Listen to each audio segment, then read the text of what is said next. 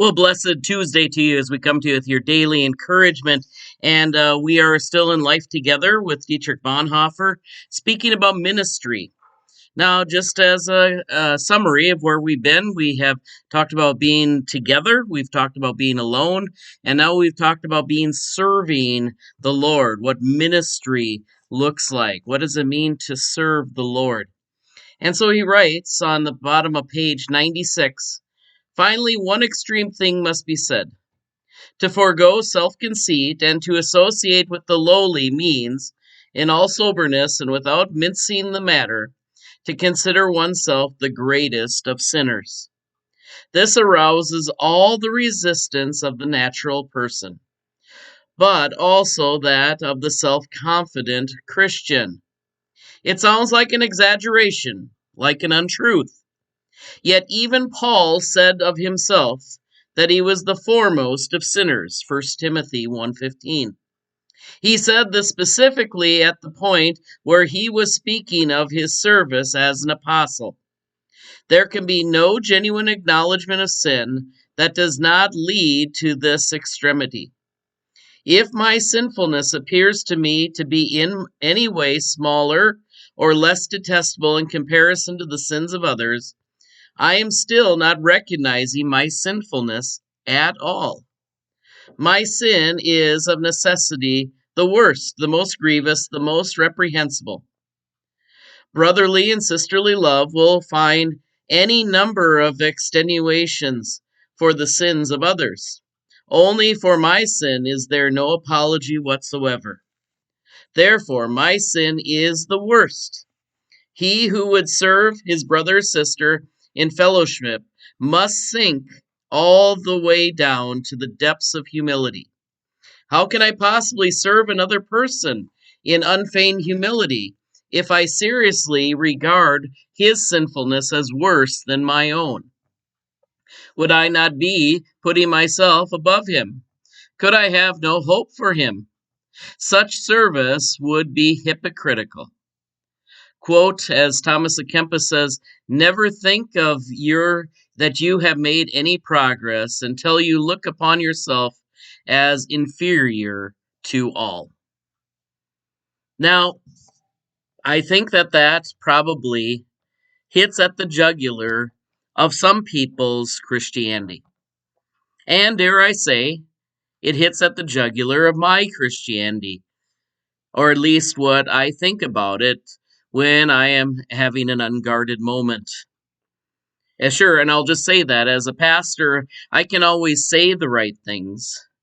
And that's the thing that is, I think, the deception that can happen as we, quote unquote, progress or become comfortable with church and church life and church language, is that we fail to stop having the arrow, the pointer finger coming back at us, thinking that we are, quote unquote, beyond that.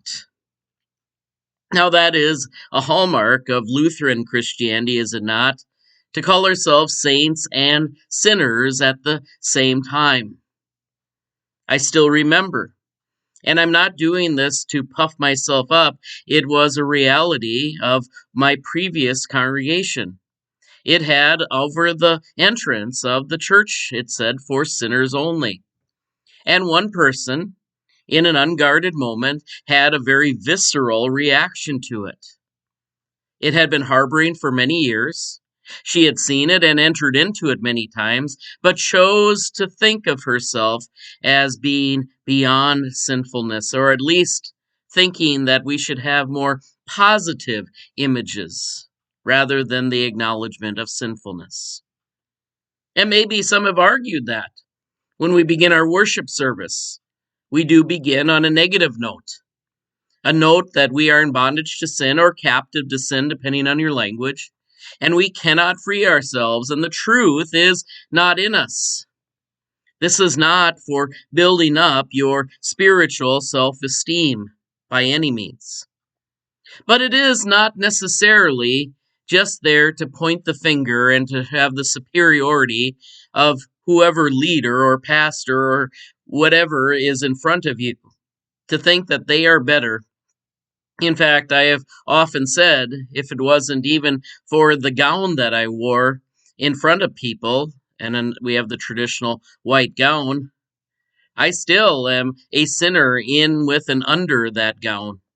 I still am a person needing grace in many ways, even as I talk about difficult things from the pulpit or even in advice. I am still preaching to myself, even as I'm trying to give the best pastoral advice to things. And so it is for the believer who needs to recognize that their sin is ever before us. The need for a Savior is ever before us. And we never progress as far as we are concerned, or as Thomas à Kempis said in his famous Imitation of Christ, until we realize that we can't deal with our neighbor's sin per se. They had to deal with it. We can point it out, but we have to acknowledge that our sin, no matter how we might think is less than our neighbor's, is still the greatest sin that we have to deal with in our life.